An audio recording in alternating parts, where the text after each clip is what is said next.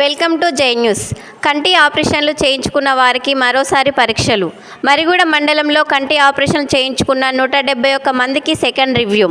Komareddy Sushilamma foundation ఆధ్వర్యంలో July 13న మరిగూడ మండలంలో ఉచిత కంటి వైద్య శిబిరం నిర్వహించారు. ఈ ఉచిత కంటి వైద్య శిబిరంలో 900 మందికి కంటి పరీక్షలు నిర్వహించగా వారిలో 220 మంది కంటి ఆపరేషన్లకు ఎంపికయ్యారు. ఎంపికైన వారిలో 171 మందికి కంటి ఆపరేషన్లు పూర్తి చేశారు.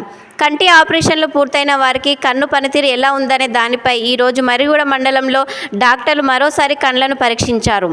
ఆపరేషన్ చేసిన కన్ను పనితీరును, కంటి చూపును పరిశీలించి సలహాలు, సూచనలు అందించారు. అదేవిధంగా వైద్య శిబిరంలో ఆపరేషన్ అవసరం లేకుండా దూరపు చూపు, దగ్గర చూపు సమస్యతో బాధపడుతున్న వారిని ఎంపిక చేసి వారికి కళ్ళజోడు అందించారు. మరిగూడ మండలంలో వివిధ గ్రామాలకు చెందిన 245 మందికి కోమరెడ్డి సుశీలమ్మ ఫౌండేషన్ ఉచితంగా అందించిన కళ్ళజోళ్లను స్థానిక నాయకులు పంపిణీ చేశారు.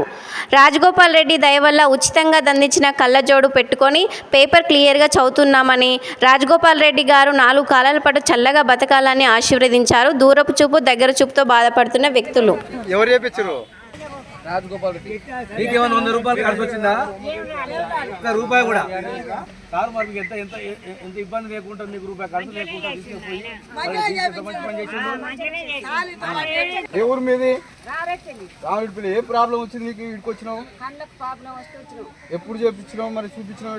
నెల అవుతుంది. తర్వాత నిన్ను హైదరాబాద్ తీసుకుపోయిరా? డాక్టర్లు ఏమని చెప్పారు ఫస్ట్ నీకు? ఆపరేషన్ చేసిర్రా? ఆపరేషన్ పోయేటప్పుడు ఏమైనా పైసలు అయినాయా? బస్సులో తీసుకుపోయిరా? తీసుకొని వచ్చి మళ్ళీ భోజనం ఇట్లా పెట్టిరా? మంచిగా తీసుకొచ్చి ఇంటికాడ నింపారు. అద్దాలు ఇప్పించిరా? ఎవరాయన? ఏ రాజగోపాల్ రెడ్డి అంటే మునుగోడు ఎమ్మెల్యే. ఎమ్మెల్యే అమ్మా, ఎమ్మెల్యే. గుర్తు